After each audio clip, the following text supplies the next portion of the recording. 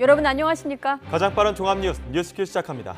허가 취소와 형사 고발, 인보사 사태에 대한 식약처의 공식 입장입니다. 잠시 뒤에 중점적으로 이 문제 다뤄보도록 하겠습니다. 서울시 면적의 절반 규모에 달하는 공원 부지가 사라질 수도 있습니다.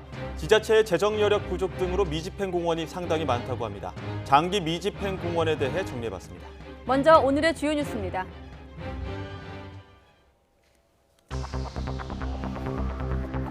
외교부는 한미 정상 통화 내용을 유출한 외교관 K씨와 이를 유포한 자유한국당 강효상 의원을 형사고발하기로 했습니다. 이와 별도로 K씨 포함 외교관 3명에 대해서는 기밀관리 소홀 책임을 물어 중징계를 요청하기로 했습니다. 기밀 유출 당사자인 외교관 K씨는 강효상 의원이 자신만 참고하겠다는 취지로 말해 기자회견을 계획하고 있다는 걸 알지 못했으며 굴욕 외교로 포장해 정쟁의 도구로 악용할지는 상상도 못했다고 밝혔습니다. 청와대는 신임 국세청장 후보에 김현준 서울지방국세청장을 지명했습니다. 신임 법제처장에는 김형연 전 청와대 법무비서관을, 신임 인사수석에는 김회숙 현 법제처장을 각각 임명했습니다.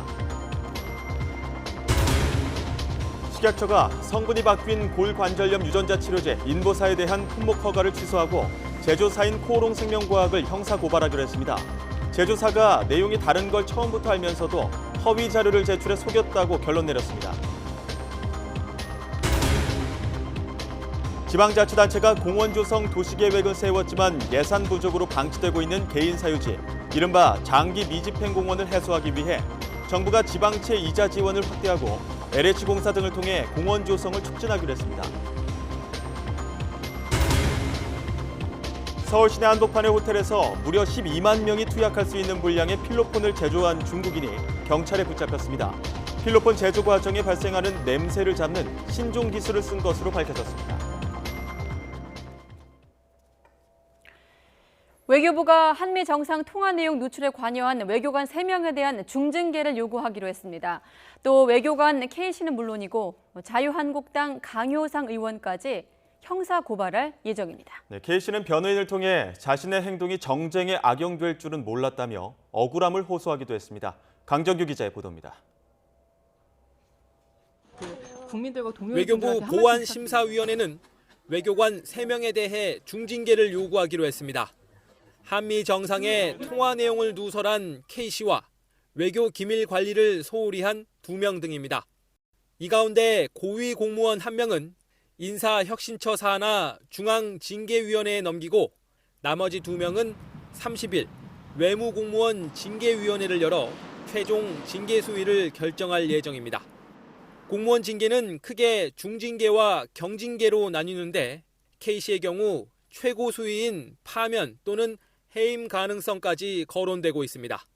파면의 경우 외교관 직위를 박탈당할 뿐만 아니라 연금의 절반도 깎이게 됩니다.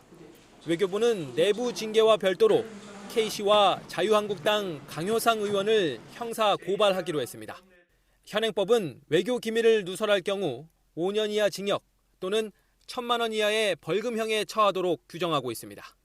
외교관 K씨는 변호인을 통해 강효상 의원의 계속된 질의에 답변하는 과정에서 우리의 외교 성과를 정확히 알리려다가 실수로 한미 정상의 통화 내용 일부를 말하게 됐다고 해명했습니다. 이어 자신의 발언이 정쟁의 도구로 악용되거나 굴욕 외교로 포장될 줄은 몰랐다며 고의성이 없었다고 항변했습니다. 그러나 외교 기밀인 정상 간 통화 내용을 무단으로 열람하고 외부로 발설한 점은 스스로 인정한 만큼 책임을 피하긴 어려운 상황입니다. YTN 강정규입니다. 한국당 강효상 의원의 한미 정상 간 통화 내용 유출에 이어서 양정철 민주연구원장과 서훈 국가정보원장의 만찬 회동을 둘러싼 논란으로 전국 경색은 더 심해지고 있습니다. 오늘도 여야가 서로를 향한 날선 공세를 이어갔습니다. 국회 취재기자 연결합니다. 최기성 기자. 네, 국회입니다. 자, 먼저 한미 정상 간 통화 내용 유출 관련 내용부터 짚어보죠. 외교부가 외교관 K씨 그리고 강효상 의원을 고발하기로 했는데 당정 긴급회의에서는 어떤 내용이 나왔습니까? 네, 더불어민주당 이해찬 대표가 주재한 외교안보 통일자문회의에는 조세영 외교부 1차관 등이 참석했습니다. 이 대표는 제1야당이 눈앞의 이익 때문에 국가 안보를 위협하는 행동을 반복하고 있다면서 사안의 심각성을 확인하고 대책을 마련하기 위해 회의를 소집했다고 말했습니다. 사익을 위해 국가 기밀을 악용하고 당리 당략을 위해 국가 조직을 동원하는 것은 국정농단 사태가 일어나지 않도록 자신을 둘러싼 논란과 관련해 한국당 강효상 의원은 왜곡된 한미 외교 실상을 국민에게 알린 야당 의원 의정활동에 기밀 운운하며 몰아가는 건 가당치 않다면서 반박했습니다. 한국당 나경원 원내대표는 강경화 외교부 장관 교체가 외교부가 바로 서는 길일 것이라고 날을 세웠습니다. 강경화 장관이 이끄는 외교부는 해야 될 일은 하지 않고 이 민감한 외교 전쟁의 현장에서 야당 죽이기에만 골몰하고 있습니다. 네, 양정철 민주연구원장과 서훈 국가정보원장의 만찬 회동, 이 부분도 전국의 또 다른 변수로 떠올랐죠. 네, 앞서 양 원장은 기자들에게 오랜 지인끼리의 사적 모임이었다는 점을 거듭 강조하면서 다른 동석자도 있다고 설명했습니다. 이와 관련해 당시 자리를 함께했던 언론인이 조만간 입장을 밝힐 것으로 알려졌는데 양 원장이 밝힌 것처럼 민감한 정치적 이야기는 없었다고 해명할 것으로 보입니다. 이와 관련해 여당 지도부는 공개 발언을 자제하며 말을 아끼고 있는데 이인영 원내대표는 기자들과 만나 너무 과하게 해석하지 않았으면 좋겠다고 선을 그었습니다. 하지만 당 일각에서는 사적인 모임이라고 해도 왜 이 시점에 만났는지 의문이라는 반응도 나옵니다. 야당은 일제히 반발하고 있는데 조금 전 국정원을 항의 방문한 한국당은 서훈 국정원장을 국정원법 위반 혐의로 고발하기로 했습니다. 한국당 황교안 대표는 총선 준비하겠다고 나와서 조직을 운영하는 사람과 국가 안보를 책임지고 있는 사람이 이 시기에 만나는 건 가볍게 넘길 일이 아니라고 지적했습니다. 저희가 철저하게 어떤 내용들이 오갔는지 여러 방법을 통해서 알아보고 그에 마땅한 이런 대처를 하도록 하겠습니다. 바른미래당 오신환 원내대표는 비선 실세 최순실에 휘둘리던 지난 정부 청와대와 같은 행태가 어이없다고 지적했습니다. 양정철 원장의 뒤에 숨어서 입을 꽉 다물고 있는 서훈 국정원장의 행태도 비겁하고 한심스럽습니다. 국정원을 소관기관으로 둔 이해운 국회 정보위원장은 자신도 서훈 국정원장과 1분도 독대한 적이 없다면서 정보위를 열어 진상을 파악해야 한다고 했습니다. 지금까지 국회에서 전해드렸습니다. 네, 이렇게 국회에서도 이 문제로 공방이 벌어지고 있는데 이 두 사람의 만찬 회동이 논란거리가 되고 있습니다. 네, 만남 자체에 대한 지적뿐 아니라 보안 사항인 국정원장의 동선이 고스란히 노출됐고 그 과정에서 국정원이 속수무책이었다는 점도 강하게 비판받고 있습니다. 임성호 기자의 보도입니다. 지난 21일 서훈 국정원장과 양정철 민주연구원장이 만난 서울 강남의 한정식 집 앞. 장소를 확인한 인터넷 매체 취재진이 음식점 코앞에다 차를 세워두고 촬영을 시작합니다. 검은색 차량이 움직이기 시작하자 더 좋은 각도에서 찍으려고 블랙박스로 추정되는 카메라 위치도 바꿔봅니다. 최소 2명이 차 안에서 잠복 취재를 하는데 식당 주변에 배치된 국정원 직원들은 수상히 여기는 낌새도 없습니다. 취재 차량 쪽을 몇 번 돌아보기도 하고 차 바로 옆으로 오가기도 했지만 아무런 조치도 없었습니다. 그때 서훈 국정원장이 나옵니다. 취재진은 처음엔 국정원장을 알아보지 못하고 경찰청장으로 착각했습니다. 뭐야, 경찰청장은 그렇게 경찰청장이네. 분명히 정의용은 서훈 같은데? 서훈 국정원장. 국정원은 그동안 정보기관장의 동선은 확인해주지 않는다는 원칙을 내세우면서 서 원장의 일정과 이동 경로 등을 철저히 함구해왔습니다. 하지만 이날 국정원장이 길에서 대화를 나누고 차에 타고 배웅을 받는 모습, 이어서 저녁 모임에 참석한 다른 사람을 양정철 원장이 허리 숙여 배웅하는 모습까지 모두 촬영됐습니다.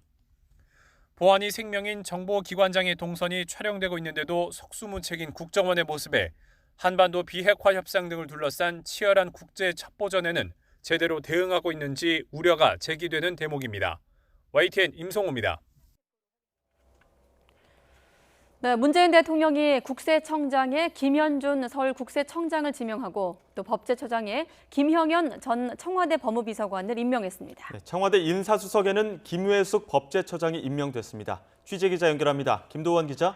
네, 청와대입니다. 네, 지난주에 차관급 인사가 있었고 이어서 오늘 인사가 또 단행이 됐네요. 그렇습니다. 국세청장과 법제처장, 청와대 인사수석이 교체됐습니다. 조현옥 인사수석이 인사 내용을 직접 발표했습니다. 먼저 국세청장에는 김현준 서울지방국세청장이 지명됐습니다. 김 청장은 국세청에서 공직을 시작해 기획조정관, 조사국장 등을 지냈습니다. 청와대는 김 청장이 정통 관료로서 업무 전반에 대한 높은 이해도로 국세행정에 대한 신뢰를 높일 것으로 기대한다고 밝혔습니다. 김 청장은 국회 인사청문회를 거쳐서 정식 임명될 예정입니다. 법제처장에는 김형현 전 청와대 법무비서관이 임명됐습니다. 김 처장은 사법연수원 29기로 인천지법 부장판사 등을 지냈으며 진보 성향 판사들의 모임으로 알려진 국제인권법연구회 간사를 맡기도 했습니다. 청와대는 김 처장이 국정 철학에 대한 높은 이해를 바탕으로 주요 국정 과제를 법률로 뒷받침할 거라고 설명했습니다. 네, 현 법제처장인 김외숙 처장은 청와대 인사수석으로 임명이 됐죠. 네, 김외숙 신임 인사수석은 법무법인 부산에서 문 대통령과 함께 활동한 노동인권 변호사 출신입니다. 청와대는 김 수석이 누구도 차별받지 않는 균형 인사, 열린 인사를 구현할 적임자라고 소개했습니다.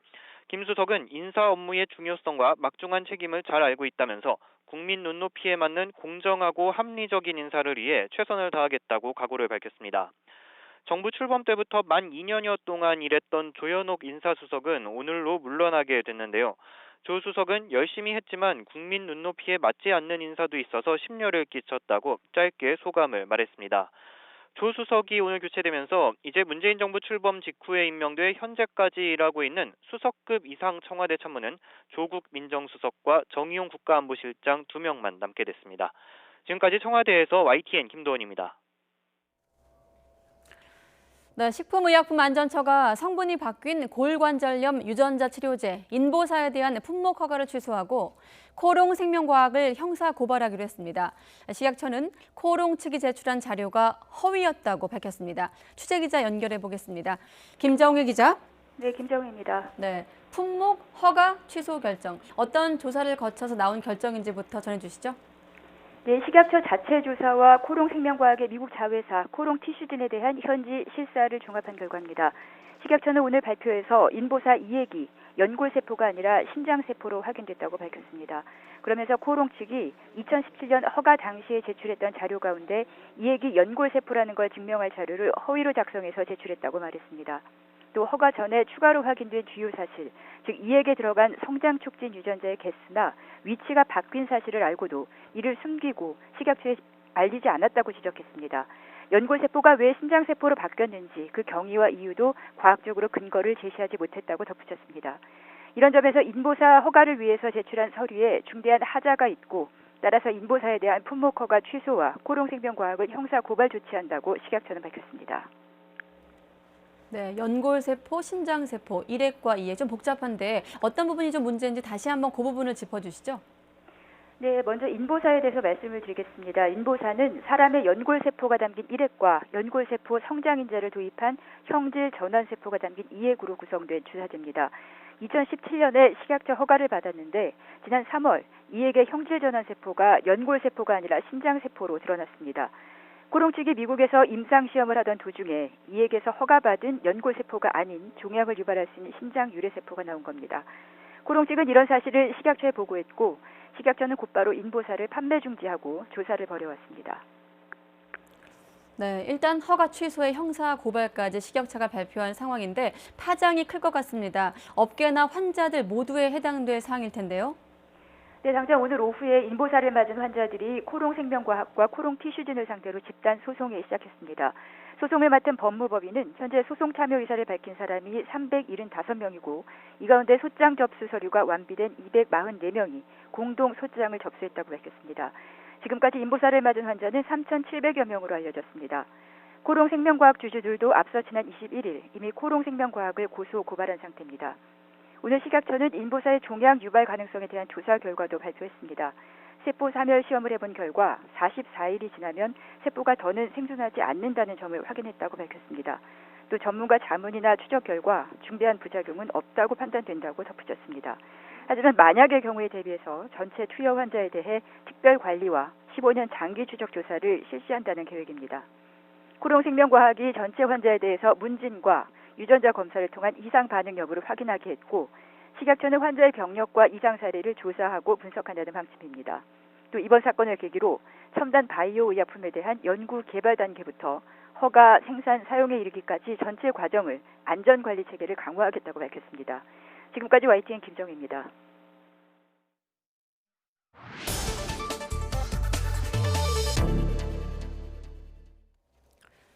네, 앞서 김정혜 기자가 지금까지 인보사를 맞은 환자가 3,700명이 넘는다고 밝혔는데 이제 앞으로의 대책에도 관건일 것 같습니다.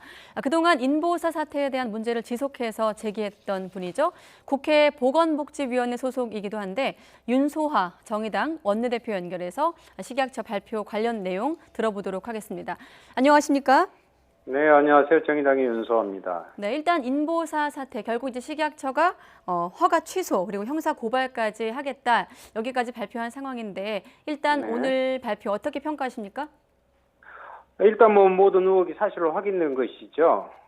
인보사는 한마디로요. 대국민 사기극이었기 때문에 허가 취소, 형사 고발은 당연한 결정이고요. 또 사필 규정이라고 볼 수 있습니다. 다만 네. 이번 발표를 보면 이미 어느 정도 사실관계는 이전에 나와 있었기 때문에 아니 식약처가 2달이라는 시간을 끌 문제였나 하는 의문이 들고요. 예.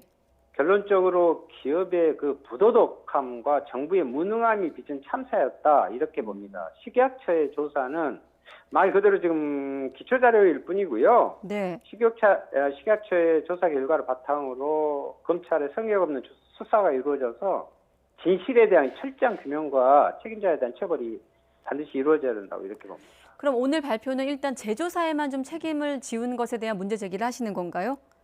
네네네. 그러면 식약처 역시 좀 책임에서 자유로울 수 없다 이런 입장이신 것 네. 같은데, 예. 이 부분을 좀 더 설명해 주시죠. 네, 어떤 책임? 이번 사태에서 식약처에 어떤 책임을 좀 묻고 싶으신지. 저는 우선요. 예. 오늘 식약처가 발표를 하면서 이 엄청난 사태를 놓고 책임 기관으로서요. 이번 사태 대국민 앞에 먼저 사과 내지는 사죄를 해야 되는데 그러한 것이 없다는 부분에 있어서 상당한 문제의식을 먼저 느끼고요. 네. 이번 발표 내용에 보면 식약처 스스로의 책임에 대한 언급은 한마디도 없습니다. 물론 코롱의 책임이 크겠지만 마치 모든 잘못은 코롱 측인 양 하는 것은 의약품 허가를 담당한 식약처가 보인 모습은 아니지 않겠어요? 네. 그래서 향후 검찰 조사를 통해서 식약처의 허가 과정에 로비 등 문제가 있었는지 아니면 관련 공무원의 직무 유기, 직권남용이나 이런 부분들이 있었는지 밝혀내야 된다고. 관련 공무원들의 어떤 직무유기까지 좀 들여다보려면 검찰의 그럼요. 조사가 좀 필요하다고 봐야 될까요? 네네. 알겠습니다. 그리고 네. 이미 검찰의 시민단체들을 고발을 했고요. 예. 수사 선상에 올라 있잖아요. 그럼 앞으로 수사 대상은 어디까지, 어느 영역까지 좀 포함돼야 된다고 보시는 겁니까? 저는 성역 없는 수사가 돼야 된다라는 것을 강조하고 싶고요. 예.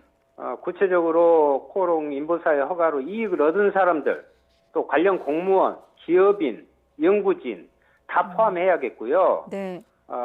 특히 작년 12월에 명예롭게 은퇴하셨다는 코롱 이웅열 전 회장도 반드시 포함돼야 된다고 봅니다. 왜냐하면 네. 이분이 인보사를 자신의 네 번째 자식이라는 표현까지 하면서 인보사의 연구와 허가 과정을 진두지휘한 것으로 알려졌거든요. 네. 그리고 보건복지부와 과학기부에 R&D 예산을 지원한 전 정부의 담당 공무원들과 연구 과제에 참여한 연구자들 이분들도 책임 소재를 따져서 추후 고발 조치가 필요할 것으로 봅니다. 네, 앞서 식약처의 어떤 책임 부분을 말씀하셨는데 애초에 네. 허가를 내줄 때 이 사실을 몰랐다고 해도 문제고 또 알았다고 하면 더 문제 아니겠습니까?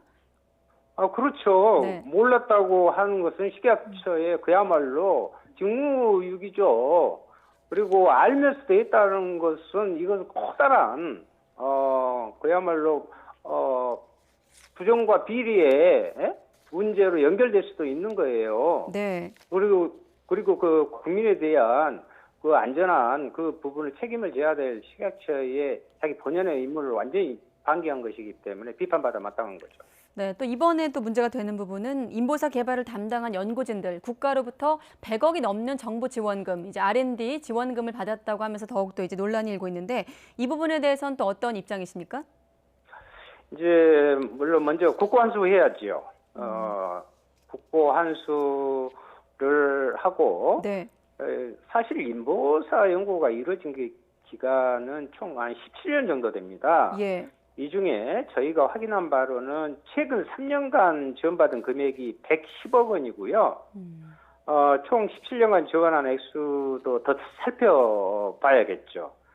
또 연구 결과 중간에 그 보고서를 작성했을 텐데 그럼 이 부분도 당연히 거짓 아니겠어요? 네. 그래서 국고 환수뿐만 아니라 연구 과제에 참여한 연구진들도 만약에 거짓 보고서 작성이 확인되면 네. 책임 소재를 따져서 법적 처분이 필요할 것으로 봅니다. 네, 결국 이제 남은 건 두 갈래로 좀 대책이 나와야 하지 않을까 싶은데 하나의 대책은 또 환자에 대한 부분일 것이고 또 다른 하나는 이제 아마 업계가 될 것 같은데 일단 환자에 대한 대책, 인보사를 투약한 환자들이 지금 3,700명이 넘는 것으로 알려지고 있고 또 15년간이나 장기 추적의 대상이 된다고 하더라고요. 환자에 대한 네네. 대책 누가 어떻게 좀 마련해야 된다고 보십니까? 먼저 그 환자, 즉 피해자들이죠. 네. 주사 치료를 받은 한 3,700명에 대한 장기 추적을 해야 되는데요. 지금 식약처의 중심은 코롱 측에서 이것을 철저히 하고 자기들도 하겠다 이런 것인데 이건 식약처가 이것 아직도 이렇게 안일하게 대처하고 있다는 것을 반증하는 거예요. 네. 비용은 코롱 측에 분담시키더라도 정부가 책임 있는 기관에 나서서 해야 된다는 것입니다. 그래서 전 국민은 소비 상황에서 환자에게 어떻게 코롱 생명과학을 믿으라고 이렇게 할 수 있습니까? 이건 식약처로서 말할 것이 아니죠. 그럼 앞으로 환자에 대한 어떤 비용적인 측면은 제조사 외에도 식약처를 포함해서 정부가 좀 나서야 된다는 입장이신 건가요? 그렇습니다. 거기에 대한 부분은 필요하다고 봅니다. 네. 그리고 이제 이번 계기를 통해서 철저한 수사 결과를 통해서 거기에 대한 책임자 처벌이 이루어져야 되는데 또 하나는 네. 그러면 앞으로 어떻게 할 것이냐. 예. 우리 식약처가 무분별한 규제 하나를 이렇게 하면 안 됩니다. 바이오 산업 발전은 필요하지요. 그런데 예. 바이오 산업 발전 가능성이 있다는 점 때문에 무슨 민간 제약 시장 진입을 무슨 허가를 해주니까 이런 문제가 발생한 거거든요. 네. 정부는 최근에 또 바이오헬스 산업 전략을 발표하면서 또 거꾸로 규제를 안 하는 정책을 다시 추진 중입니다. 이대로 가면 제2, 제3의 인보사가 또 나오지 말라는 법이었거든요. 그래서 네. 상당히 우려스럽다는 이야기를 드리고요. 예. 마지막으로 검찰의 수사로 밝혀지는 그 책임자들은 지고하를 막론하고요. 반드시 엄정한 처벌을 해야 관련 산업에서도 국민의 안전을 중심으로 해서 네. 장기적으로 개발하고 관리할 수 있는 계기점이 될 것이다. 그래서 다시는 이와 같은 비극이 발생하지 않을 것으로 만들어야죠. 네, 알겠습니다. 지금까지 인보사 사태에 대한 문제를 지속해서 제기해왔던 국회 보건복지위원회 소속 윤소화 의원과 이야기 나눠봤습니다. 고맙습니다. 네.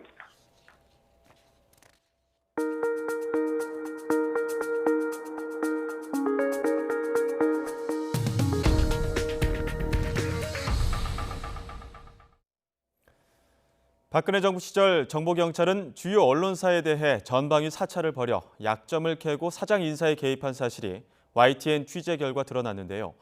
당시 종합편성 채널도 예외가 아니었습니다. 다만 종편에 대해서는 제재와 압박을 병행하는 당근과 채찍 전략을 당시 정부에 조언했습니다. 전준영 기자가 단독 보도합니다. 박근혜 정부 2주년을 맞은 지난 2015년 2월 경찰청 정보국은 종편 최근 분위기라는 제목으로 당시 종합편성 채널 보도 등에 대한 내부 동향을 자세히 담은 보고서를 작성합니다. 출범 초기 JTBC를 제외한 종편 3사의 제작비 부담 문제를 눈여겨봤습니다. 드라마나 예능보다는 보도에 치중하면서 자극적 기사로 정부에 부담을 주고 있다는 우려를 중심으로 작성됐습니다. 또 무리하게 광고 수주를 요구해 기업체로부터 비난받고 젊은 기자들도 회사 경영에 불안감을 보인다고 평가했습니다. 정보경찰은 특히 종편의 자극적 보도로 50대 이상 보수층에게 좋지 않은 국정 이미지를 각인시킬 우려가 있다며 관리 대책을 내놨습니다. 종편 보도를 모니터해 자극적 기사는 제재하면서 내부 애로사항을 수렴하라고 당근과 채찍 전략을 구체적으로 조언합니다. 종편이 불만을 품고 있는 광고 총량제는 예정대로 진행하되 경영에 부담을 주는 방송통신발전기금 납부는 유예해주는 절충안을 소개한 겁니다. 같은 해 7월 방송통신위원회는 이미 3년간 면제해준 종편의 방송기금 납부를 1년 더 추가로 유예해주도록 결정해 특혜를 줬다는 비판이 잇따랐습니다.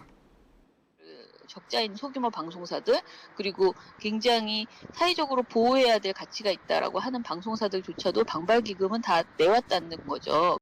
신생 어려운 방송사이기 때문에 보호해야 된다. 이런 그 말도 안 되는 논리를 가지고 계속 종편에 특혜를 줬기 때문에 정보경찰은 종편 출신이 요직에 진출하지 못했다는 불만도 감지된다며 청와대 종편 인사 등용을 권고하기도 했습니다. 박근혜 정부 당시 공중파 방송 등은 우파 사장을 임명해 통제하거나 제압해야 하지만 종편은 당근과 채찍으로 달래야 한다는 게 정보경찰의 결론이었습니다. YTN 전준영입니다. 삼성전자 앱스토어에서 일본 제국주의의 상징 우길 승천기가 그려진 스마트워치용 바탕화면이 버젓이 팔렸습니다. 외국인 개발자가 만든 건데 삼성 측은 논란이 일자 콘텐츠 관리 담당자의 실수라며 급히 판매를 중단시켰습니다. 나혜인 기자의 단독 보도입니다. 삼성전자의 스마트 기기용 콘텐츠를 판매하는 갤럭시 스토어입니다. 지난 24일 이곳에 우길기 모양의 스마트워치 배경화면이 등록됐습니다. 외국인 개발자가 제작해 올린 건데 국내 소비자들은 곧바로 반발했습니다. 아시잖아요. 그 하킹 크로이츠 있잖아요. 네. 나치의 그거를 동시에 보여주면서 우기기로 되면 이것도 된다라고 뭔가 주장을 하면은 외국인은 당연히 난리 치겠죠.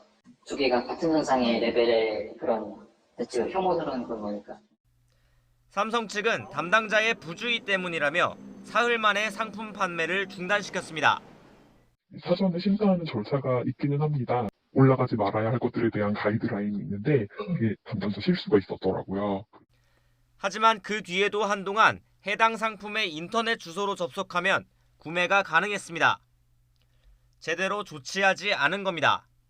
링크를 제가 그냥 어쩌다 보니까 짜놨는데 그거를 그냥 누르니까 되는 거라서 구매를 할 수 있는 수준까지요.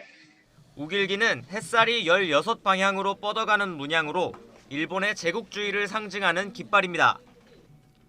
이런 부적절한 상품의 판매를 막기 위해선 엄격한 검증 체계가 필요한데 1등 기업이라는 삼성에서 허점을 드러냈습니다.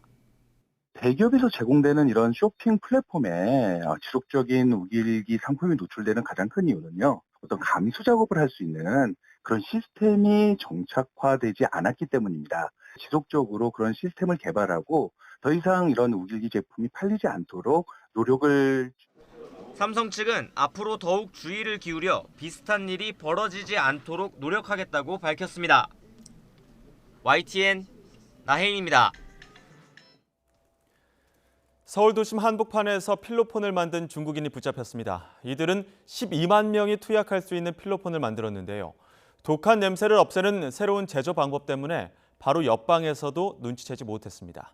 부장원 기자가 보도합니다. 서울 종로의 한 호텔. 방 안 곳곳에 비커 등 실험 도구와 정체 모를 흰색 가루가 쌓여 있습니다. 이곳에 묵던 20대 중국인 A씨가 객실 안에서 필로폰을 몰래 만들다 붙잡힌 겁니다. 방 안에서는 시가 120억 원 상당의 필로폰 3.6kg이 발견됐습니다. 12만 명이 동시에 투약할 수 있는 많은 양인데 호텔 측은 물론 옆방 투숙객도 제조 사실을 눈치채지 못했습니다. A씨가 입국한 건 지난달 14일. 불과 2주 만에 이 많은 양을 혼자서 만들었습니다. 지금껏 알려지지 않았던 새로운 방법을 동원해 제조 과정에서 나오던 역한 냄새를 줄였고 작업 시간도 사나흘에서 30시간 이내로 줄였습니다. 국정원에서 첩보를 전달받은 경찰은 마약이 유통되기 전에 A씨와 원료 자금 공급책인 타이완 출신 화교를 붙잡았습니다. 하지만 공범끼리도 서로를 모르게끔 철저히 점조직으로 운영돼 범행을 주도한 윗선의 흔적은 찾을 수 없었습니다. 비밀 메신저를 통해서 상선을 통해서 지시를 받아서 그렇게 맺어진 관계이지 상호 모르는 사이였습니다. 그래서 지금 후속 수사에도 그 부분 때문에 좀 난항을 겪고 있고요. 경찰은 국립과학수사연구원에 이 새로운 마약 제조법에 대한 분석을 의뢰하고 국내 유통책 등을 추적하고 있습니다. YTN 부장원입니다. 술에 취해 운전하다 보행자를 치고 달아난 20대 여성이 경찰에 붙잡혔습니다. 서울 성동경찰서는 특가법상 도주치상 등의 혐의로 29살 A씨를 구속해 검찰에 넘겼습니다. A씨는 지난 2일 새벽 서울 마장동 한 도로에서 만취 상태로 운전하다가 택시를 잡기 위해 도로 위에 서 있던 행인을 들이받고 도주한 혐의를 받고 있습니다. 어젯밤 11시 반쯤 부산 범전동 시민공원 남문 앞 교차로에서 81살 A씨가 몰던 승합차가 좌회전하다가 건널목을 지나던 52살 B씨를 치었습니다. 이 사고로 B씨가 병원으로 옮겨지던 중 숨졌습니다. A씨 승합차는 학원 수업을 마친 학생 1명을 태운 채 달렸고 B씨를 친 후에도 더 나아가다가 멈췄습니다. 현대중공업 노조가 전면 파업에 들어갔습니다. 현대중공업 분할 문제를 다루는 주주총회장을 노조가 점거하면서 2년여 만에 노사 간 마찰이 재발할 수 있어 긴장감이 높아지고 있습니다. 김인철 기자가 취재했습니다. 오는 31일 현대중공업 분할 문제를 다루는 주주총회가 열릴 한마음회관. 현대중공업 노조원들이 주총장 앞에서 집회를 열고 있습니다. 물적 분할에 반대하는 노조는 지난 16일부터 벌이던 부분 파업을 전면 파업으로 확대했고 주총 개회 자체를 막기 위해 주총장 점거 농성도 이어갈 방침입니다.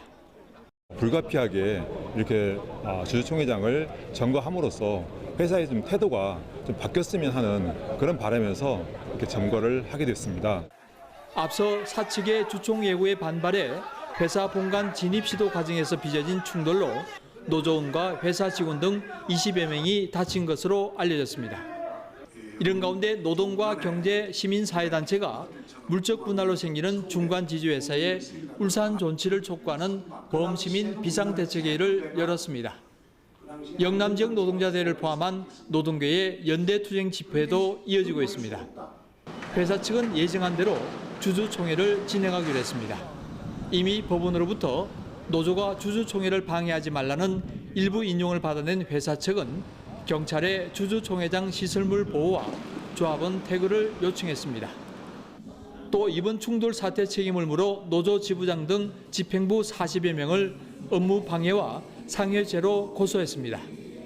2년 전 사업 분할을 위한 주총 때도 노사 간 물리적 충돌이 있었던 터라 경찰이 배치된 한마음회관 주변은 긴장감이 높아지고 있습니다. YTN 김인철입니다. 국회 앞에서 열린 집회 과정에서 폭력을 저지른 일부 민주노총 간부와 조합원들에 대해 경찰이 구속영장을 신청했습니다. 서울 영등포경찰서는 특수공무집행 방해와 공공주거침입 등의 혐의로 민주노총 조직쟁이 실장 김모 씨 등 6명에 대해 구속영장을 신청했습니다. 민주노총 조합원 70여 명은 지난 3월과 4월에 열린 국회 앞 집회 과정에서 담벼락을 부수고 경내 진입을 시도하는 등 폭력 시위를 벌인 혐의를 받고 있습니다. 유증기 유출 사고가 발생한 충남 서산시 한화토탈 대산공장에서 파업에 나섰던 노조원들이 사측의 임금 협상안을 수용해 업무에 복귀했습니다. 한화토탈 노조는 사측과 합의한 임금 협상안을 놓고 찬반 투표를 벌여 50.3% 찬성으로 가결됐다고 밝혔습니다. 학생과 교제한 사실이 드러나 해임이 된 고등학교 교사가 해임 처분을 최소해달라며 소송을 제기했지만 2심에서도 패소했습니다. 서울고등법원은 교사 A씨가 관할 교육감을 상대로 낸 해임 처분 취소 소송에서 1심과 같이 A씨의 청구를 받아들이지 않았습니다. 재판부는 1심과 마찬가지로 학생들이 올바르게 성장할 수 있도록 독려해야 할 책무가 있는데도 학생과 부적절한 관계로 책무를 심각하게 저버리는 행위를 저질렀다고 판단했습니다. 50억 원이 넘는 학교 돈을 빼돌린 설립자 일가가 적발됐습니다. 갖은 명목을 붙여서 학교 돈을 쌈짓돈처럼 썼을 뿐 아니라 교사를 뽑거나 승진시킬 때 돈까지 받았습니다. 학교 비리에 백화점을 보는 듯합니다. 오점곤 기자가 취재했습니다. 중학교와 고등학교를 운영하는 전라북도 전주 완산학원. 학교 안 재단 이사장실 부근 특별 교실입니다. 내부 꾸밈새가 일반 가정집과 다름없었습니다. 학교 교실이 개인 용도로 쓰였을 가능성이 큽니다.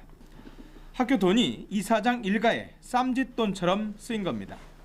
수사 결과 학교 설립자 일가가 횡령한 돈은 무려 53억 원이 넘었습니다.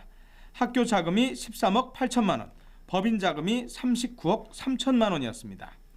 물품 대금 과다 계상, 허위 공사 대금 청구, 교장 교감 승진 때 2천만 원씩 받기, 학생 급식비와 기초생활 학생 복지비 횡령, 예상할 수 있는 비리란 비리는 다 있습니다.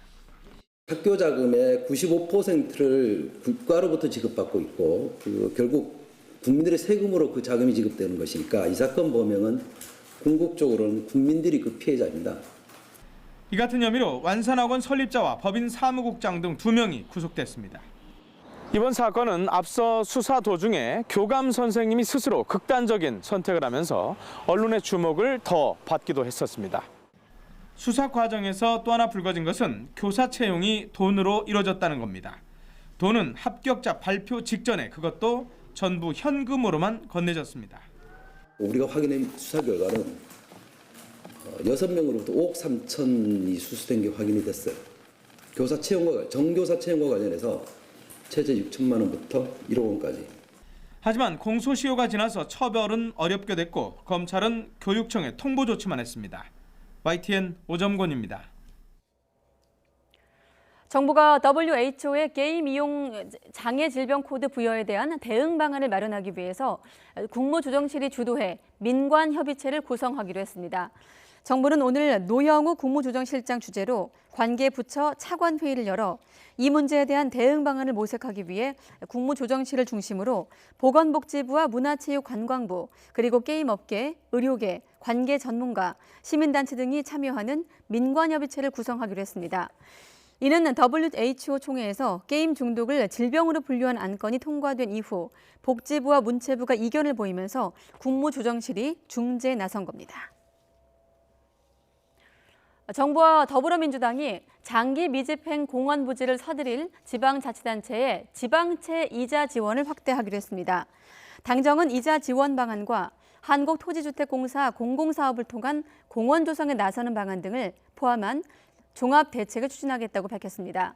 민주당 조정식 정책위 의장은 시민의 쉼터인 도시공원을 지켜가기로 노력하겠다면서 집권 여당으로서 관련 법 개정이 차질 없게 추진될 수 있도록 지원하겠다고 밝혔습니다.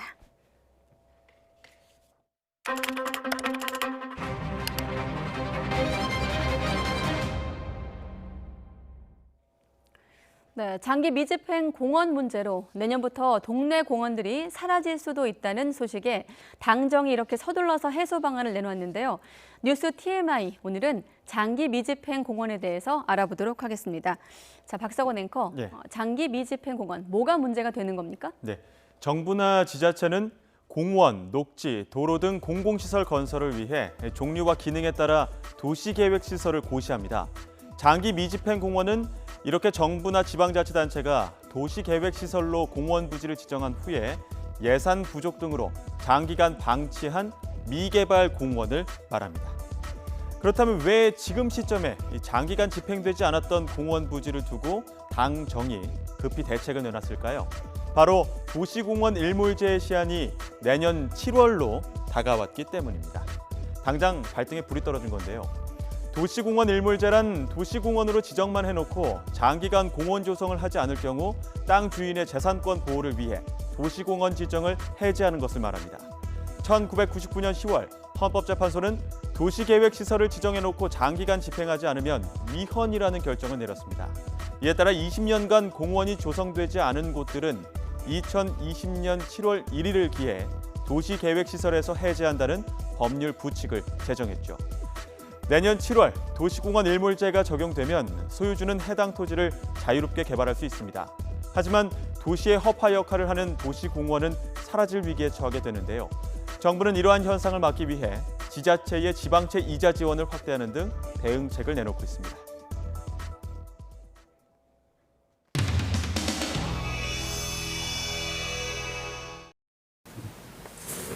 서운인 것 같은데?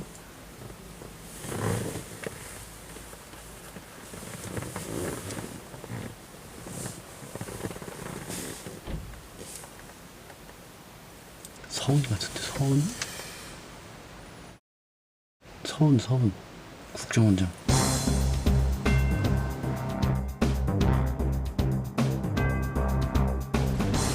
여기 서서 말씀하세요, 여기서. 네, 거기. 역시 정권 교체 완성은 총선 승리라는 절박함이 있기 때문에 문재인 대통령 임기 5년 동안은 완전히 야인으로 있겠다고 생각을 했는데 뭐라도 좀 보탬이 되는 게 필요할 것 같아가지고 어려운 자리 좀 감당을 하기로 했고요. 일에 좀 몰두해서 빨리 성과를 낼 수 있도록 조금 로키로 좀 가야 될 때라서 오늘 이제 상견례로 이 정도로만 좀 제가 인사를 드리고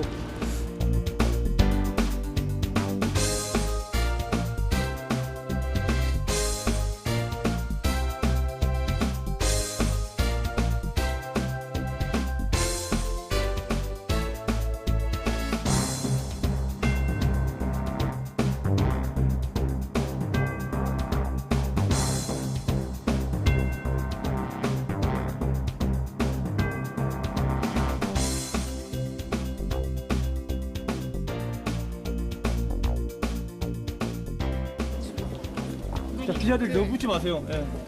잠깐 끝나기만 해주시면 되시죠. 전화. 진짜로 제가 설명하는 문자 보냈으니까 참조하시면 됩니다. 말씀으로 해주시죠. 지금 아직 안 그걸 보시고 네, 저희가 문자 내용을 몰라요. 독대가 아니고 저 지인들하고 같이 일행들하고 이제 만나는 그런 식사 자리였고요. 뭐 다른 일행이 있는데 무슨 뭐 긴밀하게 뭐 얘기가 나올 수 있겠어요? 근데 그날 공식 일정이 있었는데 급하게 가신 건지 아니면 사전에 미리 약속이 있었던 건지. 아니 원래 약속이 있었던 거고요. 네. 일과 이후의 삶까지 이렇게 한 건 아니죠. 하겠습니다. 연관장 업무 수행과 관련이 있는 일로 만나신 건가요? 사적인 친분이 있으시더라도 두 분 다 책임자신데 그렇게 만나시는 거에 대해서 좀 어떤 비판이 나올 거라고 예상 안 하셨나요? 자, 수고들 하세요. 그랬습니다. 바른미래당에서 정보비 열어서 괜찮으세요? 정보위 열어서 국정원장한테 보고 받아야 된다고 주장을 했는데요. 그거에 대해서는 어떻게 생각하세요? 야당이 뭐 저기까지 제가 볼 일이 알겠습니다. 로키로 좀 가야 될 때라서 오늘 이제 상견례로 이 정도로만 좀 제가 인사를 드리고 그런 뭐 걱정을 하는 분들이 있으면 걱정 붙들어 매셔도 좋다고 드리고 싶습니다.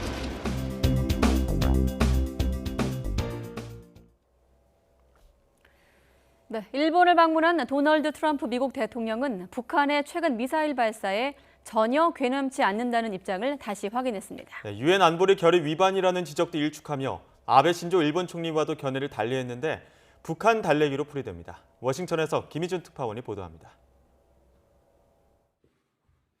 트럼프 대통령은 미일 정상회담 뒤 공동회견에서 북한의 이달 초 2차례 발사가 신경 쓸 만한 일이 아니라는 입장을 되풀이했습니다. You're not bothered at all by the small missiles? No, I'm not. I am personally not. 전날 트위터에서 북한의 발사체를 작은 무기들이라며 의미를 축소한 연장선상의 답변입니다. 북한의 이번 발사가 유엔 안보리 제재 결의 위반이라는 지적도 일축했습니다. My people think it could have been a violation, as you know. I view it differently. I view it as a man. Perhaps he wants to get attention, and perhaps not. 북한이 탄도미사일을 발사해 안보리 결의를 위반했다는 존 볼턴 국가안보부 장관 등 강경파 참모들의 목소리를 반박한 겁니다. 그러면서 지난 2년간 북한의 탄도미사일도 장거리 미사일 발사도 없었다고 강조했습니다. 역시 북한이 탄도미사일 발사로 안보리 결의를 어겼다고 주장하는 아베 일본 총리를 옆에 두고 김정은 위원장에게 유화 손짓을 보낸 겁니다. 외신들은 미일 정상이 북한 비핵화 목표에서는 일치했지만 접근법에서 온도차를 보였다고 지적했습니다. 워싱턴 포스트는 트럼프 대통령이 볼턴과 아베 총리를 직접 반박하며 김 위원장을 감쌌다고 진단했습니다. 트럼프 대통령은 제재로 북한을 압박하면서도 유화 메시지로 김 위원장을 달래면서 협상 재개의 포석을 깔고 있습니다. 워싱턴에서 YTN 김유준입니다. 북미 협상 교착으로 유해 송환 작업도 사실상 멈춰선 가운데 한국 전 참전용사의 아들 마이크 펜스 미국 부통령이 재개 의지를 밝혀 눈길을 끌고 있습니다. 네, 펜스 부통령은 지난해 한국 전 참전 미군 용사의 유해 일부가 송환된 데 대해 이는 단지 시작일 뿐이라고 강조하기도 했는데요. 관련 내용 이동우 기자가 보도합니다.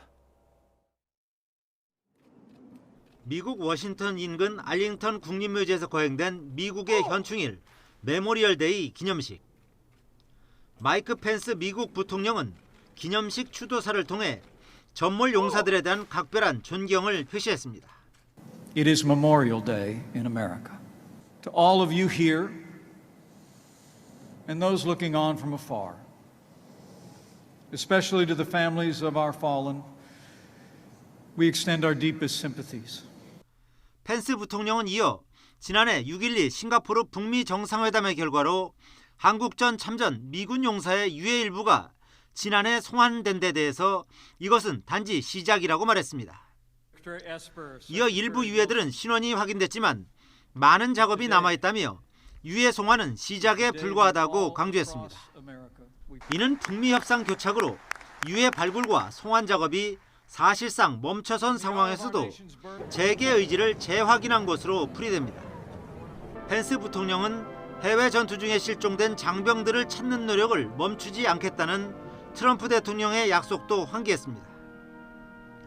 한국 전 참전용사의 아들이기도 한 펜스 부통령은 싱가포르 북미 합의에 따라 북한이 송환한 미군 유해 55구에 대해 지난해 8월 하와이 히캄 공군기지에 섬수된 유해 봉환식에 참석한 바 있습니다. 펜스 부통령은 한국 전 참전용사의 아들로서 한국 전 전몰 용사들의 유해를 담은 관들이 성조기에 감싸인 채 미국 땅으로 돌아온 역사적인 현장에 참석한 것은 영광이었다고 밝혔습니다. 펜스 부통령의 부친은 한국전 당시 소위로 참전해 경기도 연천 북쪽 고지 전투에서 사투를 벌인 공로를 인정받아 1953년 미 정부로부터 동성훈장을 받았습니다.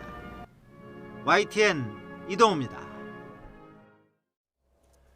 주중 북한 대사관이 최근 정문 옆 게시판에 기존 사진들을 떼어내고 북러 정상회담 사진으로 교체했습니다. 중국 베이징 시내 차오양부에 있는 북한 대사관의 담장 게시판에는 지난달 말 열린 김정은 국무위원장과 블라디미르 푸틴 러시아 대통령의 정상회담 관련 사진 26장이 게시됐습니다. 앞서 주중 북한 대사관은 지난 2월 말 하노이에서 열린 2차 북미 정상회담이 성과 없이 끝난 이후 트럼프 미국 대통령과 찍은 사진은 빼고 베트남 정상과의 사진들만 내걸어 미국에 대한 불만을 표시했다는 해석을 나왔습니다. 나루히토 일왕 부부가 트럼프 미국 대통령 부부에게 환송 인사를 하기 위해서 오늘 오전 도쿄도 내 호텔을 방문했다고 교도통신이 보도했습니다. 트럼프 대통령은 나루히토 일왕 즉위 이후 외국 정상으로는 처음으로 지난 25일 3박 4일 일정으로 일본을 국빈 방문했습니다. 국빈 방문 시 마지막 날에는 일왕 부부가 국빈의 숙소를 찾아 인사를 하는 것이 관례로 돼 있다고 알려지고 있습니다. 일본을 국빈 방문 중인 도널드 트럼프 미국 대통령은 오늘 아베 신조 일본 총리와 함께 일본 해상자위대의 이즈모급 호위함에 승선했습니다. 일본 언론들은 트럼프 대통령이 오늘 오전 멜라니아 여사와 함께 가나가와현 요코스카 해상자위대 기지를 찾아 이즈모급 호위함 가가에 승선했다고 보도했습니다. 미국 대통령의 자위대 호위함 승선은 이번이 처음인 것으로 보인다고 교도통신은 설명했습니다. 연설에 나선 트럼프 대통령은 일본의 F-35 전투기 구매 계획을 재차 거론하며 일본은 동맹국 중 최대 구매국이라고 말했습니다. 네, 트럼프 대통령은 또 이 중국은 미국과 무역 합의를 원하고 있지만 미국은 아직 준비가 되지 않았다고 말했습니다. 네, 급한 나라는 중국인이 서두르지 않겠다는 건데 중국은 오락가락하는 미국의 협상 태도에 불만을 드러냈습니다. 김영수 기자가 보도합니다. 도널드 트럼프 미국 대통령이 미일 정상회담을 마친 뒤 기자회견에서 중국과의 무역 협상에 관해 언급했습니다. 중국은 합의를 원하고 있지만 미국은 그럴 준비가 안 됐다면서 지금도 막대한 관세 수입이 들어오고 있다고 말했습니다. They would like to make a deal. We're not ready to make a deal, and we're taking in tens of billions of dollars of tariffs, and that number could go up very, very substantially, very easily. 불리한 나라는 중국이지 미국이 아닌 만큼 서둘러 합의할 이유가 없다는 겁니다. 중국이 더 큰 양보를 해야 한다는 압박으로도 읽힙니다. 중국은 미국이 언제는 곧 합의하겠다고 하다 다시 어렵다고 하는 등 오락가락하고 있다며 협상 태도에 불만을 드러냈습니다. 이어 협상은 상호 존중과 평등이 바탕이 돼야 한다고 맞받았습니다. 我们始终认为任何两个国家之间的任何分歧当然应该通过友好的协商和磋商谈判去解决，包括中美之间在经贸领域的分歧。 이처럼 미국과 중국의 힘겨루기가 계속되면서 협상이 장기전에 들어간 것 아니냐는 분석이 나오고 있습니다. 양측은 지난 10일 워싱턴 협상 결렬 이후 아직 추가 협상 일정조차 잡지 못하고 있습니다. YTN 김영수입니다.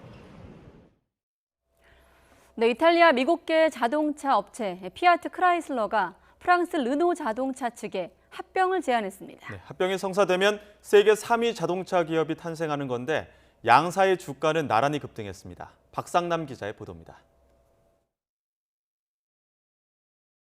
피아트 크라이슬러는 어제 르노의 합병을 제안했다고 밝혔습니다.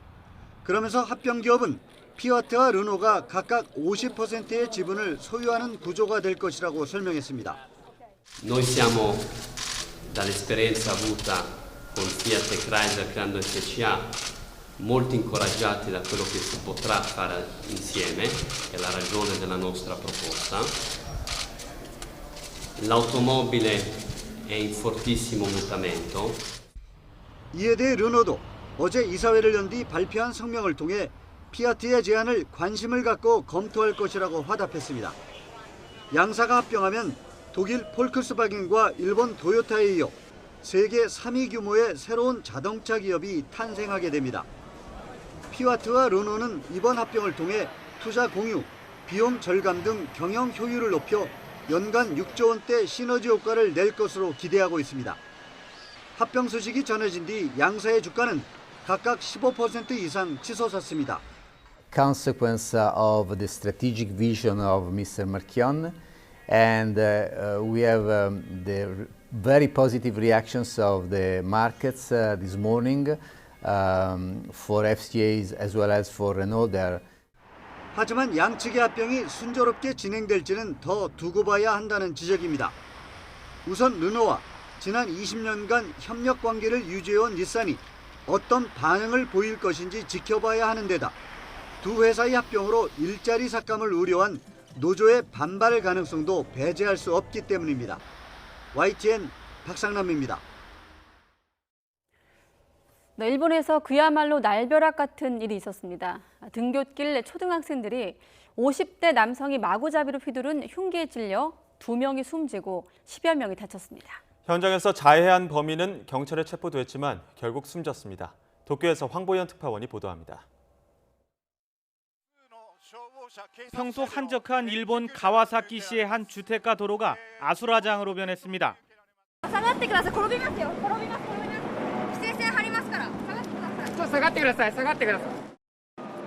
도로에는 구급차가 줄지어 서 있고 구급대원들이 분주히 움직입니다. 피를 흘리며 쓰러진 한 남성을 경찰들이 둘러싸고 있습니다. キャーっていう子供たちのキャーっていう声が 오전 7시 45분쯤 정류장에서 부근 초등학교에 다니는 학생들이 통학버스에 오르는 순간 50대 남성이 양손에 흉기를 들고 달려들었습니다. 両手に刺身包丁1本と2本持って立ってたっていうのは言ってたよね。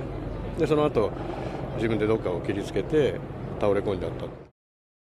범인은 버스에 오르거나 승차를 기다리던 초등학생들 그리고 주변에 있던 학부모 등에게 닥치는 대로 흉기를 휘둘렀습니다. 부상자는 등굣길 초등학교 저학년생이 대부분인 것으로 밝혀졌습니다. 이 가운데 초등학교 여학생 1명과 30대 남성 1명이 숨을 거뒀고 흉기에 여러 차례 찔린 중상자도 많다고 현지 언론은 전하고 있습니다. 경찰에 체포되기 직전 자해한 범인은 병원으로 옮겨졌지만 결국 숨졌습니다.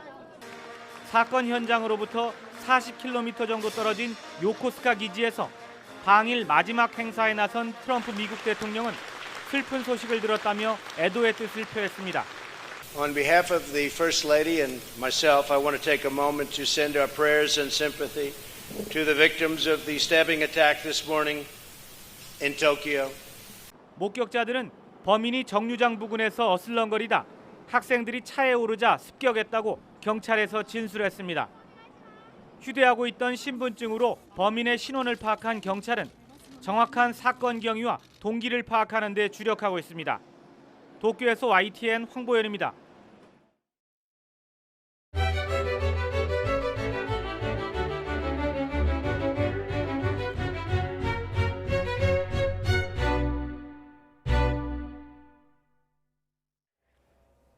네, 요즘에 남녀노소 할 것 없이 피부에 대한 관심이 높아지면서 피부과에서 관리받는 분들도 늘어났는데요. 그런데 병원들이 비용 할인을 내세워 진료비 선납을 유도하지만 또 취소할 때는 제대로 환급해주지 않는 경우가 많아 주의해야겠습니다. 신윤정 기자가 취재했습니다. 필러와 레이저 등 미용 시술을 주로 하는 피부과 의원에서 상담 환자에게 솔깃한 제안을 합니다. 오늘 수납하고 예약하시고 가세요. 이벤트해서 지금 30만 원인데요. 제가 이렇게 같이 해서 그냥 100만 원 해드릴게요. 올해 초 이 병원을 찾았던 60대 여성도 비슷한 권유를 받고 레이저 시술 10차례 비용을 방문 당일 한꺼번에 내고 계약했습니다. 그런데 2차례 시술 뒤 부작용 때문에 시술을 그만받겠다고 했더니 터무니없이 적은 금액만 돌려줄 수 있다는 말을 들었습니다. 원래 80만 원인데 30만 원 해준 거래요. 그래서 80만 원 듣지도 못했는데 어떻게 된 일이냐 그랬더니 거기 책잡을 해 거기. 실제로 이 여성과 비슷한 피해를 겪는 소비자가 많은 것으로 나타났습니다. 한국소비자원에 접수된 선납 진료비 환급 관련 피해 구제 신청은 지난 3년 동안 270여 건으로 해마다 증가하고 있습니다. 전체의 절반가량이 피부 시술이었습니다. 병원들이 패키지, 행사 가격이라며 비용 할인을 명목으로 전체 진료비 당일 결제를 유도해놓고 해지할 땐 훨씬 비싼 가격을 들이밀기 때문입니다. 예를 들어 10차례 시술을 100만 원에 계약한 뒤 2차례 시술을 받고 해지할 경우 소비자 분쟁 해결 기준대로라면 70만 원을 돌려줘야 합니다. 하지만 원래 정상가는 200만 원이었다며 이 기준에서 2차례 진료비와 위약금을 빼고 20만 원만 돌려주는 식입니다. 자기네들만의 환급 규정을 내세우면서 환급이 제대로 이루어지지 않는 경우가 많습니다. 광고에 현혹돼서 충동적으로 계약을 하지 말고 소비자원은 환급 기준이 강제성은 없다며 소비자들이 계약 내용을 꼼꼼히 확인하고 신중하게 결정할 것을 당부했습니다. YTN 신윤정입니다. 정부가 2030년까지 결핵을 퇴치하겠다는 목표로 결핵 예방관리 강화 대책을 마련했습니다. 노인과 노숙인 등 결핵 취약계층에 대해 찾아가는 검진을 실시하고 또 비용 지원도 확대하기로 했습니다. 한영규 기자가 소개합니다. 우리나라의 결핵 발생률과 사망률은 경제협력개발기구 OECD 회원국 가운데 가장 높습니다. 매일 72명의 결핵 환자가 새로 발생하고 매일 약 5명은 결핵으로 사망하고 있습니다. 한국 전쟁 이후 열악한 환경에서 결핵균에 감염된 사람들이 나이가 들면서 면역력이 떨어져 노인 신규 환자가 절반을 차지하고 있습니다. 정부는 2030년까지 결핵 발생률을 인구 10만 명에 10명 미만으로 줄여 결핵을 사실상 퇴치하기로 했습니다. 한 해 2만 6천여 명의 새로운 환자가 발생하고 2천여 명의 생명을 앗아가는 결핵으로부터 국민의 건강을 지키고 나아가 2030년까지 우리나라에서 결핵 퇴치를 달성하기 위한 대책입니다. 이를 위해 결핵 발병 위험이 높은 노인과 노숙인, 외국인 등 취약계층에 대한 결핵 금진이 강화됩니다. 노숙인과 쪽방 주민 등을 대상으로 찾아가는 이동 금진도 실시합니다. 건강보험의 보장성을 강화해 결핵 확진 검사 비용과 잠복 결핵 감염자의 치료비 본인 부담금도 면제합니다. 치료 실패로 내성이 생긴 환자는 신약 급여 적용 기간을 확대하기로 했습니다. 결핵에 대한 체계적 대응을 위해 결핵 퇴치 센터를 설치하고 환자 접촉자에 대한 조사와 관리도 강화한다는 방침입니다. YTN 한윤규입니다. 신종 전자담배가 국내에 들어오면서 청소년 흡연 걱정이 더 커졌습니다. 그런데 담배가 해롭다며 초등학생들까지 나서서 목소리를 높였습니다. 권호진 기자가 취재했습니다. 담배 모형을 부러뜨려 4천여 종의 유해 성분을 풍선과 함께 날려보내고 담배를 피우지 않겠다는 약속을 적은 엽서도 붙입니다. 저한테 쓴 거 담배 피우지 말라고. 초등학생들이 담배 없는 건강한 미래 세대를 선언하며 흡연 예방 캠페인에 나섰습니다. 설문조사에 참여해 학교 주변 어른들의 흡연 실태를 알리고 부스에서 체험 활동도 하면서 담배의 해로움을 자세히 알게 됩니다. 부스에서 여러 가지 활동을 하다 보니까 담배를 피면 몸도 안 좋아지고 다른 사람도 몸을 안 좋다 한다는 걸 느꼈어요. 할아버지가 담배를 피시는데 안 피라고 해야겠어요. 해도 안 좋아지고 수명도 짧아져요. 아이들은 길거리 흡연 금지법 등 6개항의 흡연 예방 정책도 제안했습니다. 서울시와 교육청이 지난 27일부터 시작한 캠페인은 시내 1340여 곳의 초중고 학생들이 주도하고 있습니다. 각급 학교별로 흡연자 금연 결심과 비흡연자 평생 금연 서약 등 일주일간 다양한 프로그램이 진행됩니다. 이를 통해 교직원과 학부모, 시민들에까지 확대해 나가기를 기대하고 있습니다. 전국의 청소년 흡연율은 지난해 기준으로 6.7%, 서울은 5.7% 수준입니다. YTN 권호진입니다. 공정거래위원회가 LG전자의 친환경 김치통 광고에 대해서 거짓 과장 광고로 판단하고 시정명령과 함께 과징금 5천만 원을 부과했습니다. 공정위에 따르면 LG전자는 2012년 8월부터 2016년 6월까지 전국의 제품 판매장에 배포한 카탈로그와 제품 부착 스티커, 홈페이지 등을 통해서 자사의 김치통이 미국 식품의약국 인증을 받았다고 광고했습니다. 하지만 공정위 조사 결과 미 FDA는 의약품에 대해서만 승인 제도를 운영하고 있을 뿐 플라스틱 식품 용기는 인증을 해주지 않는 것으로 확인됐습니다. 공정위는 LG전자의 김치통이 단순히 FDA의 안전 기준을 충족시킨 것에 불과함에도 사실과 다르게 광고한 것은 거짓 그리고 과장 광고에 해당한다고 밝혔습니다. 네, 현재 60살인 정년을 더 늘려야 한다는 요구가 커지고 있습니다.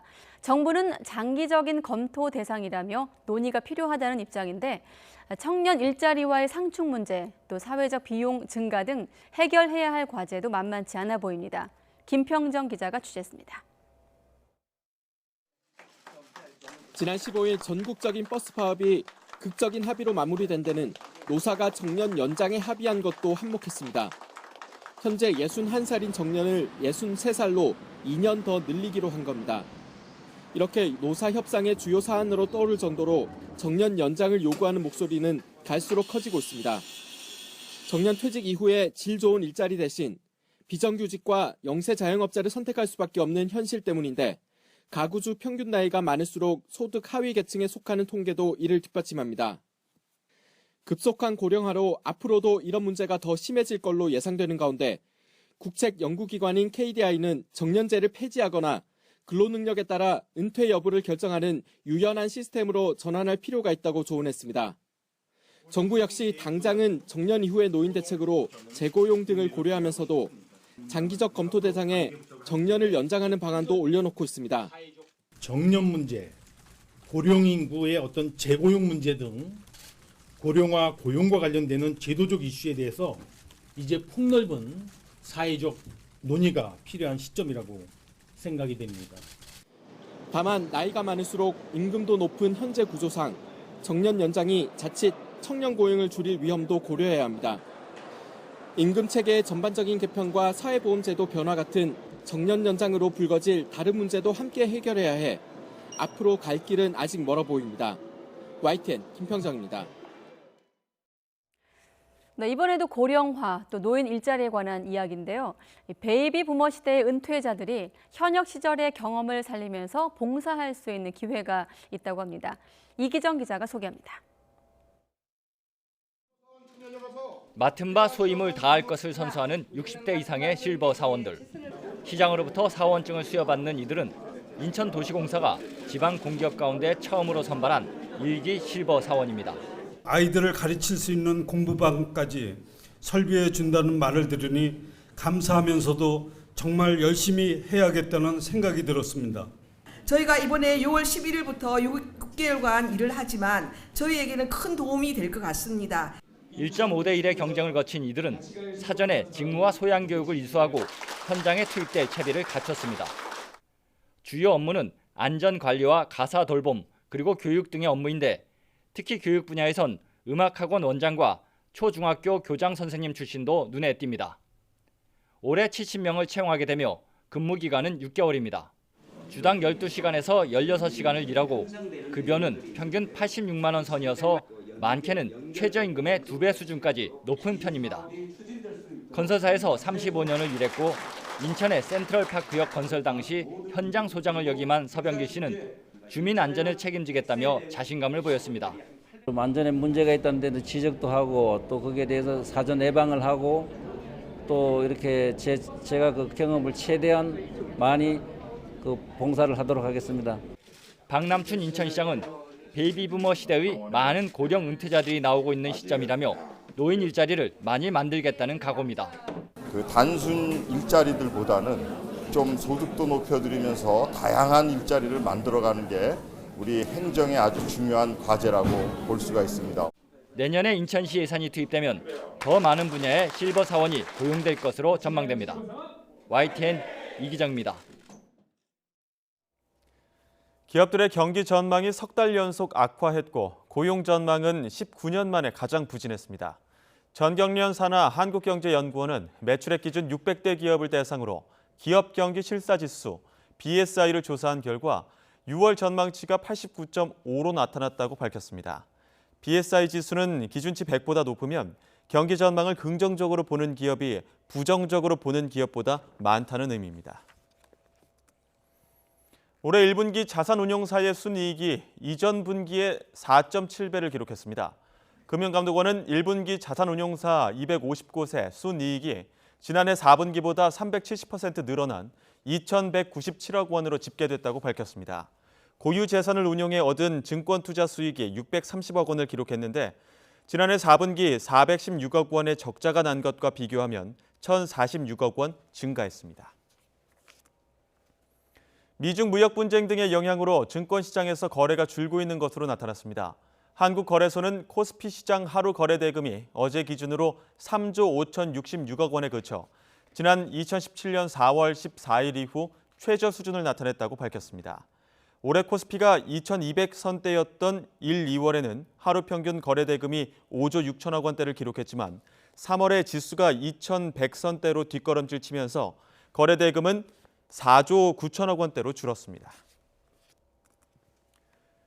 연구실에서 아무리 좋은 기술을 개발해도 제대로 활용하지 못한다면 무용지물이겠죠. 대학이 보유한 우수 기술을 기업이 잘 활용할 수 있도록 이공계 졸업생을 이른바 기술 전도사로 활용하는 제도가 지난해부터 시행되고 있는데요. 이혜리 기자가 취재했습니다. 대학에서 화학을 전공하고 석사 과정을 마친 최주섭 씨. 오늘은 새로운 방향제를 개발하는 중소업체 대표와의 회의에 참석했습니다. 어떻게 하면 깨끗한 실내 공기를 유지하면서 향을 낼 수 있는지, 어떤 물질을 써야 하는지 기술 자문을 해주는 겁니다. 대학이 가진 기술이나 노하우를 민간 기업에 이전하는데 이공계 졸업생을 징검다리로 활용하자는 청년 TLO 사업입니다. 실제로 기업과 연계해서 어떤 문제점들을 해결하고 이런 일들이 현실적으로 그런 해결할 수 있는 문제들을 찾다 보니까 직무, 실무 그런 것들을 많이 좀 경험할 수 있어서 좋았다고 생각을 하고 있습니다. 기술 개발에 투자하기 힘든 중소업체로선 전문가의 조언이 큰 도움이 됩니다. 세대를 뛰어넘는 젊은 연구자와의 소통은 색다른 자극이 되기도 합니다. 학생들 같은 경우에는 어떤 이제 틀에 있는 게 아니라 좀 자유롭게 생각할 수 있으니까 다양한 아이디어도 많이 나오는 것도 있고요. 그리고 실제로 저기에 있는 아이디어 저희가 차용을 해서 그걸 마케팅에 쓰는 경우도 있어가지고 그런 부분이 많이 좋은 것 같습니다. 기술 이전에 참여한 청년들도 현장 감각을 익히면서 창업이나 취업으로 이어지는 기회를 얻기도 합니다. 대학의 유망 기술을 분석하고 그다음에 이러한 유망 기술을 이용해서 과연 사회에 어떤 기여를 할 수 있는가 이런 걸 많은 고민을 하는 시간을 갖게 하고 있습니다. 대학이 보유한 기술 528건이 기업에 이전됐고 이를 통해 65억 원이 넘는 기술료가 발생하는 등 성과도 나타났습니다. 보유하고 있는 우수 기술이 기업에 이전되어서 일자리와 그리고 사회적으로 부가가치를 새롭게 창출해 나갈 수 있도록 함께 힘써 주시기를 당부드립니다. 기술 이전 전문 인력을 양성하는 사업에 참여하는 대학은 모두 66곳. 지난해에 이어 올해 사업에 참여하는 청년 4,000명은 학교에서 열매 맺은 기술의 가치를 더하기 위해 오늘도 구슬땀을 흘리고 있습니다. YTN 사이언스 이혜리입니다.